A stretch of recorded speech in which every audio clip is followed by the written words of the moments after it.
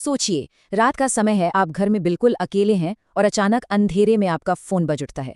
आज के इस विश्लेषण में हम एक ऐसी ही रोंगटे खड़े कर देने वाली मनोवैज्ञानिक हॉरर स्क्रिप्ट के पन्नों को पलटने वाले हैं। इस स्क्रिप्ट का नाम है अंतिम कॉल। हम देखेंगे कि कैसे सिर्फ एक फोन कॉल किसी की जिंदगी का सबसे भयानक सपना बन सकता है। ये कहानी कोई आम भूत की कहानी नहीं है, बल्कि हमारे इंसानी दिमाग के सबसे गहरे डरों के साथ खेलती है। तो चलिए, बिना किसी देरी के इस खौफनाक सफर की शुरुआत करते हैं। आर्यन, पीछे मत देखना। जरा इमेजिन कीजिए, आप एक अंधेरे कमरे में बैठे हैं और अचानक फोन पर एक अनजान आवाज फुसफुसाकर आपसे ये कहे। लिटरली ये वाक्य इस पूरी स्क्रिप्ट का सबसे डरावना और आइकॉनिक हिस्सा है।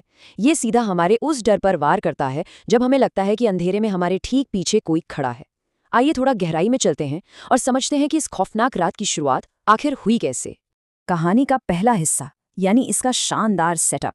अंधेरा, बारिश और एक ऐसा अकेलापन जो आपको अंदर तक डरा दे। तो देखिए, हमारी कहानी का मेन कैरेक्टर है आर्यन, 25 साल का एक लड़का जो शहर के एक फ्लैट में बिल्कुल अकेला रहता है। बाहर मूसलाधार बारिश हो रही है, रात के करीब 11:15 बज रहे हैं और अचानक से बिजली कड़कती है और पूरे घर की लाइट चली जाती है। राइटर ने यहाँ बहुत ही बेहतरीन तरीके से दिखाया है कि कैसे फिजिकल अकेलापन और अचानक से छाया हुआ अंधेरा इंसान को एकदम से कितना ज्यादा वल्नरेबल बना देता है। जब आपको लगता है ना कि आप बाहरी दुनिया से पूरी तरह कट चुके हैं, असल डर वहीं से जन्म लेता है। इस स्क्रिप्ट की सबसे कमाल की बात यह है कि इसकी पेसिंग कितनी तेज है। 11:45 पर पावर कट होता है और आर्यन सिर्फ अपने लैपटॉप की नीली रोशनी के सहारे बैठा है। 11:50 पर पहली कॉल आती है और ठीक 12 बजे क्लाइमैक्स। सोचिए, सिर्फ 15 मिनट। ये साफ तौर पर दिखाता है कि कैसे एक एकदम सुरक्षित लगने वाला घर देखते ही देखते एक भयानक जाल में बदल जाता है। आपको खौफ महसूस कराने के लिए घंटों का समय नहीं चाहिए होता, कभी कभी बस चंद मिनट ही काफी होते हैं। अब आते हैं कहानी के दूसरे हिस्से पर, वो डरावनी फोन कॉल, यानी एक ऐसा खतरा जिसे आप देख नहीं सकते। जैसे ही आयरन अपनी जगह से उठने की कोशिश करता है और फोन की टॉर्च ऑन करता है, अचानक उसका फोन बज उठता है। लेकिन स्क्रीन पर कोई नंबर नहीं है, बस एक ही चीज फ्लैश हो रही है, प्राइवेट नंबर। आज के इस डिजिटल जमाने में ये सच में एक बहुत बड़ा साइकोलॉजिकल डर है। एक ऐसा कॉलर जिसे आप ट्रैक ही नहीं कर सकते। उस अज्ञात का डर हमेशा से हमारे दिमाग को सबसे ज्यादा परेशान करता है, और ये सीन बखूबी दिखाता है कि बिना चेहरे का कोई खतरा कितना ज्यादा खौफनाक हो सकता है। अब जाहिर सी बात है, आर्यन घबरा जाता है और पूछता है, तुम मेरा नाम कैसे जानते हो? कौन हो तुम? जब फोन के दूसरी तरफ से सिर्फ भारी सांसों की आवाज आती है और फिर वो अनजान शख्स आर्यन का नाम पुकारता है, तो आर्यन की वो घबराहट आप लिटरली महसूस कर सकते हैं। उसे समझ आ जाता है कि ये कोई रैंडम प्रैंक कॉल नहीं है, ये एक सीधा टारगेटेड खतरा है। इस डायलॉग से एकदम क्लियर हो जाता है कि कॉलर उसे बहुत अच्छी तरह जानता है और उस पर लगातार नजर रखे हुए है। और फिर वो आवाज जवाब देती है, मैं तुम्हारे बहुत करीब हूं, इतनी करीब कि मैं तुम्हारी गर्दन पर अपनी ठंडी सांसें महसूस कर सकता हूं। माय गॉड, ये वाकई सुरक्षा के बचे खुचे एहसास को भी पूरी तरह से चकनाचूर कर देता है। दूरी का जो एक इल्यूजन था ना कि कॉलर कहीं दूर बैठा है, वो एक सेकंड में टूट जाता है। खतरा अब फोन के अंदर नहीं है, वो सीधे कमरे के अंदर आ चुका है। यहां से कहानी शिफ्ट होती है अपने तीसरे हिस्से में, बढ़ता हुआ मनोवैज्ञानिक आतंक और एक ऐसा खतरा जो अब आपके सामने खड़ा है। अब इस अदृश्य खतरे के घर में मौजूद होने के पक्के सबूत मिलने लगते हैं। आर्यन जब धीरे से मुड़ता है तो देखता है कि बेडरूम का जो दरवाजा उसने खुद बंद किया था, वो अब आधा खुला हुआ है। वो हिम्मत करके टॉर्च की रोशनी हॉलवे में डालता है तो उसे गीले पैरों के निशान दिखाई देते हैं, और सबसे डरावनी बात, वो निशान सीधे उसके बेडरूम के अंदर जा रहे हैं। लोक कथाओं में ये एक बहुत ही क्लासिक ट्रोप है, जब आपका सबसे सुरक्षित ठिकाना किसी अदृश्य और भयानक एंटिटी द्वारा कैप्चर कर लिया जाता है। आर्यन अब बुरी तरह घबराकर चिल्लाता है कि बाहर निकलो, मेरे पास चाकू है। लेकिन तभी फोन फिर बजता है और वो खौफनाक आवाज कहती है, तुम चाकू की तलाश कर रहे हो?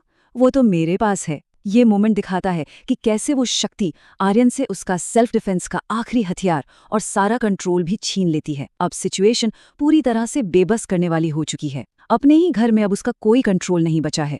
और फिर आता है ये भयानक विजुअल। आर्यन को अचानक अपनी गर्दन के पीछे कुछ बहुत ठंडा महसूस होता है। डर के मारे टॉर्च उसके हाथ से नीचे गिर जाती है और उस अंधेरे में उसे आईने के अंदर एक परछाई दिखती है, एक ऐसी आकृति जिसकी आंखें ही नहीं है, बस उनकी जगह गहरे काले गड्ढे हैं। स्क्रिप्ट का ये हिस्सा बहुत ही सॉलिड विजुअल हॉरर पैदा करता है। यही वो पल है जहां कहानी बिल्कुल अपने पीक पर पहुंच जाती है। अब हम पहुंच गए हैं कहानी के चौथे हिस्से पर, क्लाइमैक्स, जहां से भागने का लिटरली कोई रास्ता नहीं है। आर्यन अपनी जान बचाने के लिए भागता है, लेकिन घर का मुख्य दरवाज़ा पूरी तरह से लॉक है।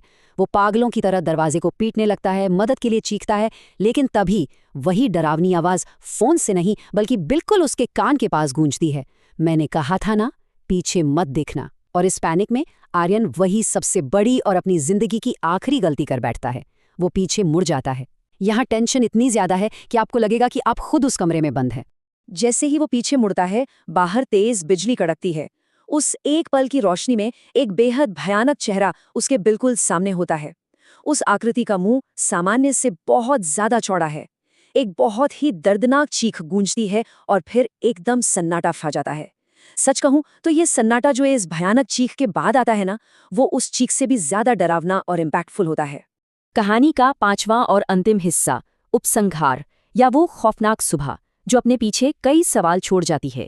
उस खौफनाक रात की चीख, पुकार और दहशत के बिल्कुल उलट अब अगली सुबह का नज़ारा देखिए। सूरज निकल चुका है, पुलिस घर में मौजूद है, लेकिन पूरा घर बिल्कुल व्यवस्थित है। ऐसा लग रहा है जैसे यहाँ रात में कुछ हुआ ही नहीं।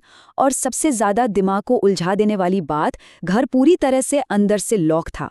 मतलब क्या ये कोई ऐसी शक्ति थी जो बंद दरवाजों के आर पार जा सकती है और अपना कोई सुराग तक नहीं छोड़ती? लेकिन पुलिस को एक सुराग मिल ही जाता है। ऑफिसर को मेज पर आर्यन का फोन मिलता है। उसमें आर्यन की कल रात ली गई एक तस्वीर है, लेकिन इस तस्वीर में एक भयानक सच्चाई छिपी है।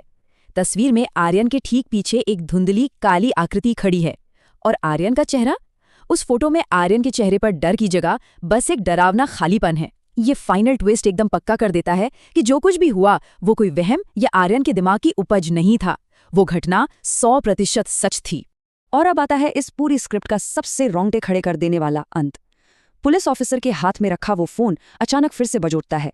स्क्रीन पर फिर से वही नाम चमक रहा है, प्राइवेट नंबर। ये कहानी आर्यन के साथ खत्म नहीं होती, बल्कि ये खौफ के एक नए और न रुकने वाले चक्र की शुरुआत करती है। तो जाते जाते ये सवाल मैं आप सभी के लिए छोड़कर जा रहा हूं, अगली बार ये अंतिम कॉल कौन उठाएगा? क्या अंधेरे में बजता हुआ कोई भी फोन अब सेफ है? इस माइंड बेंडिंग स्क्रिप्ट के विश्लेषण में आज के लिए बस इतना ही। सीखते रहिए और हमेशा याद रखिए, अगर अंधेरे में कोई आपसे कहे कि पीछे मत देखना, तो बस मत देखना।